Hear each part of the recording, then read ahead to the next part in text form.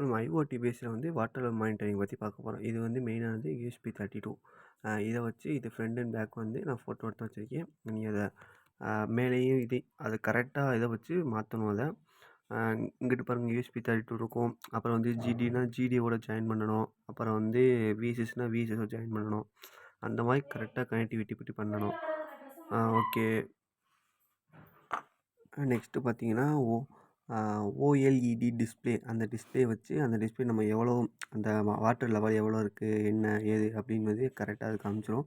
இதுக்கு வந்து சர்க்யூட் வந்து நான் பின்னாடி இதில் கொடுத்துருக்கேன். அதை கரெக்டாக பார்த்துக்குங்க. நெக்ஸ்ட்டு வந்து அல்ட்ராசோனிக் சென்சார். அல்ட்ராசோனிக் சென்சார் வந்து மெயினாக வந்து நம்ம வாட்டர் எவ்வளோ இருக்குது அதை வந்து கரெக்டாக அக்யூரேட்டாக அதை கால்குலேட் பண்ணி கரெக்டாக சொல்லிடும் அது. இதுக்கு உங்களுக்கு கோடிங் வந்து பின்னாடி இதில் கொடுத்துருக்கேன். அடுத்து வந்து பஸர். பஸர் வந்து எவ்வளோ இது நம்ம இது நமக்கு வந்து அலாரம் சிஸ்டம் அது. நமக்கு எவ்வளோ வாட்டர் இருக்குது, எவ்வளோ இருக்குது, அந்த கான்செப்ட் வச்சு நமக்கு வந்து பஸர் வந்து சவுண்ட் கிரியேட் பண்ணும். அடுத்து வந்து ஜம்பர் ஒயர்ஸ். மெயினாக அதை தேவைப்படும். வந்து சர்க்யூட் ஃபுல்லாக கனெக்ட் பண்ணுறதுக்கு வந்து ஜம்பர் ஒயர்ஸ் மட்டும் முக்கியமாக தேவைப்படும். இது வந்து இது ஃபீமேல் ஒயரு, மேல் ஒயர் இருக்குது. நமக்கு அதிகமாக ஃபீமேலில் யூஸ் பண்ணியிருக்கோம். ப்ரோக்ராம் யூஸ் பண்ணுறதுக்கு வந்து ஆர்டினோ எல்இடின்னு வந்து ஒரு அப்ளிகேஷன் இருக்குது. அந்த அப்ளிகேஷன் வந்து நீங்கள் டவுன்லோட் பண்ணிக்கோங்க. அப்புறம் வந்து ஒவ்வொன்றுத்துக்கும் தனித்தனியாக ப்ரோக்ராம் வந்து நம்ம செட் பண்ணியிருக்கோம். பஸருக்கு தனியாக இருக்குது. அப்புறம் வந்து அல்ட்ராசோனிக் சென்சார் தனியாக இருக்குது. அப்புறம் வந்து ஓஎல்இ டிஸ்பிளேக்கு தனியாக நம்ம தனித்தனியாக வந்து ப்ரோக்ராம் வந்து கண்டக்ட் பண்ணியிருக்கோம். அதை வந்து இதில் டிஸ்கிரிப்ஷன் இதை கொடுத்துருக்கேன். அதை வந்து கரெக்டாக காப்பி பண்ணி பேஸ்ட் பண்ணுறதா அவங்க கரெக்டாக காப்பி பண்ணி பேஸ்ட் பண்ணிக்கோங்க. இந்த ப்ரோக்ராம் வந்து ஒவ்வொரு கனெக்டிவிட்டிக்கும் தனித்தனியாக இருக்குது. அது பார்த்தீங்கன்னா பஸருக்கு தனியாக கனெக்டிவிட்டி இருக்குது. இப்போ ஓஎல்இடி டிஸ்பிளேக்கு தனியாக அதில் உள்ள சர்க்யூட்ஸ் ஃபுல்லாமே தனித்தனியாக ப்ரோக்ராம் நம்ம செட் பண்ணி கொண்டு வரணும். ஓகேவா?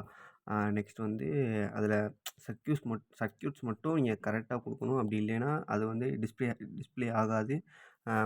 உங்களுக்கு மோட்டரும் ஒர்க் ஆகாது. அப்புறம் வந்து OLED display, ultrasonic sensor, USB 32 திடீர்னு வந்து அது கிராஷ் ஆயிரும். அதனால அதை மட்டும் நீங்கள் கரெக்டாக அந்த இது மட்டும் ஒவ்வொன்றுத்தையும் தனித்தனியாக நான் சர்க்யூட்ஸ் ஃபுல்லாக பின்னாடி கொடுத்துருக்கேன்.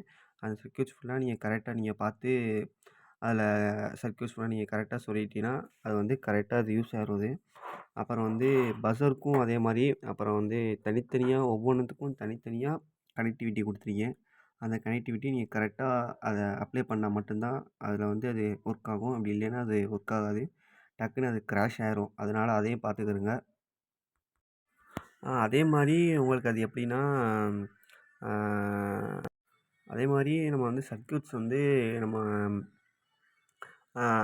இது வந்து அல்ட்ராசோனிக் சென்சார் வந்து கரெக்டாக அந்த லெவல் எவ்வளோ இருக்குது, எப்படி இருக்குது, 20 கீழே இருந்தால் பஸர் சவுண்ட் வரும். அதே மாதிரி 20க்கு மேலே போனால் 80க்கு மேலே போனால் அதே மாதிரி பஸர் சவுண்ட் ஆகும். 20க்கு கீழே வந்தாலும் பஸர் சவுண்டு இன்க்ரீஸ் ஆகும். அதனால் அதை வந்து நம்ம அதே மாதிரி உட்காந்த இடத்துலேருந்தே எல்லாமே நம்ம இது பண்ணிக்கலாம். அதே மாதிரி பின்னாடி வந்து சர்க்யூட்ஸ் ஃபுல்லாக தனித்தனியாக ஒவ்வொன்றுக்கும் எப்படி சர்க்யூட்ஸ் கனெக்ட் பண்ணணும்ட்டு தனித்தனியாக உங்களுக்கு கொடுத்துருக்கேன்.